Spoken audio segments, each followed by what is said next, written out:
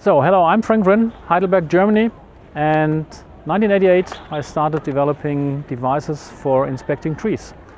Not only the forest, but especially for urban trees. And together with my colleague John Picker from Hong Kong, I will demonstrate how to use the sonic tomography system to inspect the internal situation of such a typical urban tree. The number is determined by the tree. That means we have to check for the major roots. Okay.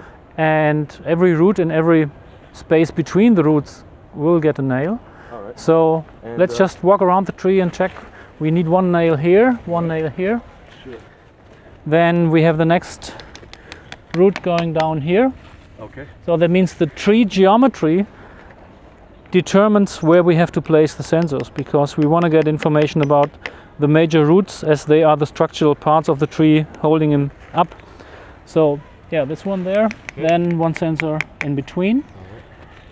The distance between the sensors is not at all limited. It can be short, it can be long, it can be even a meter.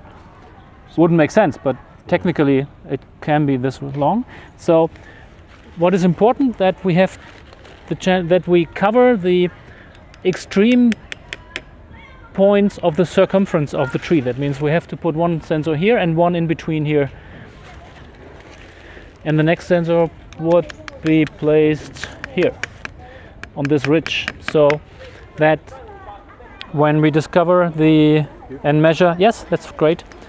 When we measure the position of the sensors with this setup, we will be able to cover the shape of the tree, because the shape determines the strength of the cross-section. And when we want to examine the strength lost due to decay, we have to find the shape of the tree, to measure it and to have it represented in the positions of the sensors. So the sensor positioning is always adapted to the geometry of the tree. So when the last nail is in the tree, we take the circumference tape, attach it to the nail of the number 1 sensor that is pointing north, and then we walk around the tree. Because later on we will use this tape to record the positions of the sensors around the tree.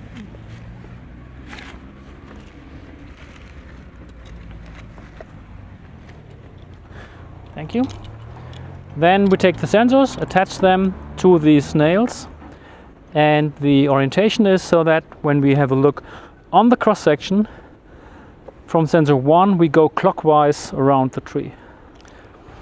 Usually we place sensor number 1 to the north, and from sensor number 1 the cable is used to connect to sensor number 2.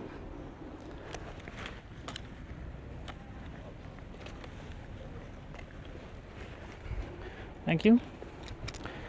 On the sensors there's an arrow pointing where the connection comes in. The next cable, please. Thank you. So from sensor number 2, that's the outgoing port, the cable connects to sensor number 3. Each sensor has a screw and this latch, and this connects him to the nail just by screwing it, and then the sensor is tightly fixed to the nail. And this we do all around the tree. Thank you very much.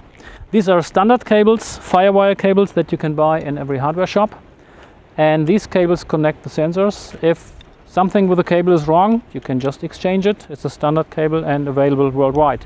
If a nail is deep in a crotch like that, we put the sensor behind the tape. We have the sensors placed at the base of the trunk, because most of the time in urban settings decay starts in root area because of trenching or root cutting, and so most of the time the decay is coming from the root system into the base of the trunk, and because of that we mostly scan at the base of the trunk.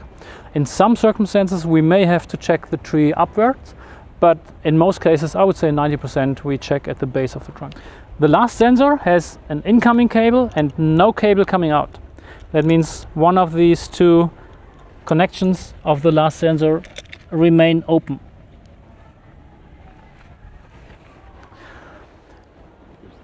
The first sensor is then connected to the battery pack for power supply and communication to the computer.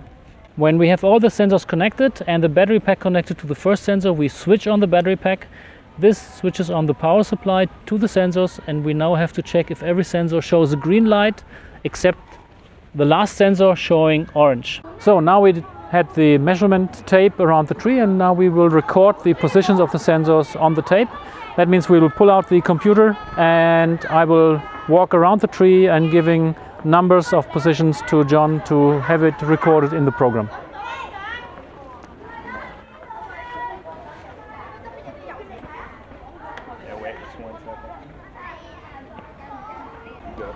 We have 13 sensors. Right.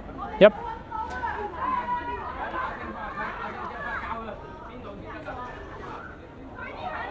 Okay. So sensor 1 has 3.50 meters.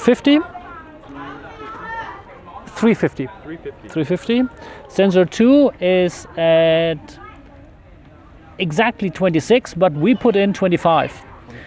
Because we don't want to make the measurement sound like a scientific precise measurement. So 25 is good. Sensor 3 is at 45.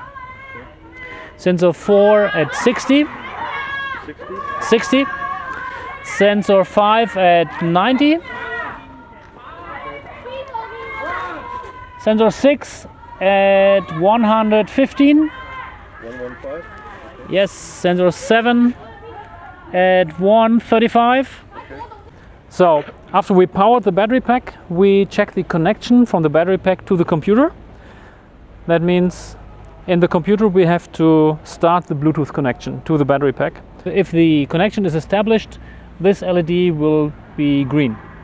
And the next step is to tap on any sensor to check if the sensor numbers are correctly represented in the computer.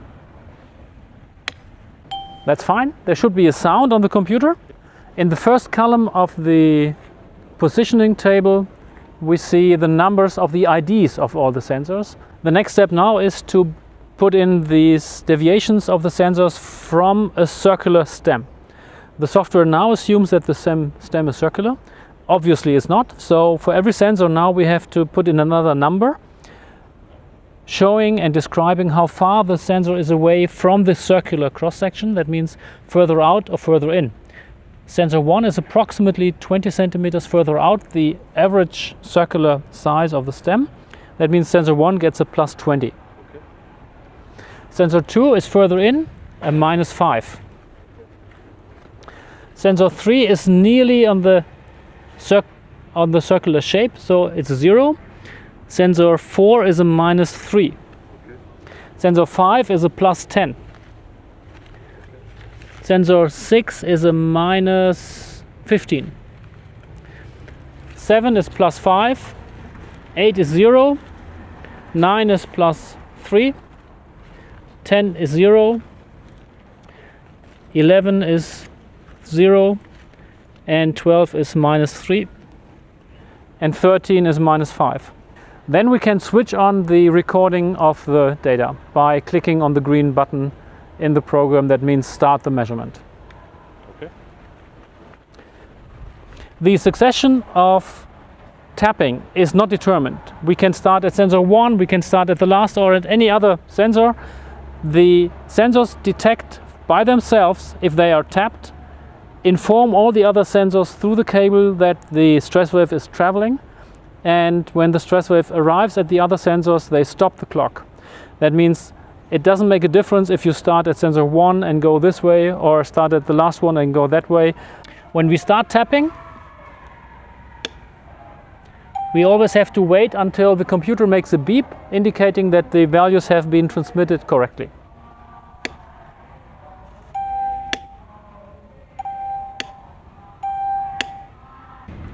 Usually we tap 3 to 5 times on every sensor. This is to get rid of statistical noise. If we would be working at a street with a lot of traffic, we would have to tap probably 10 times. While recording the data, it is important to check the error that is inherited in the measurement. And for this, we check the so-called delta page of the program that shows the percentage of deviation between the measurements between the different sensor pairs.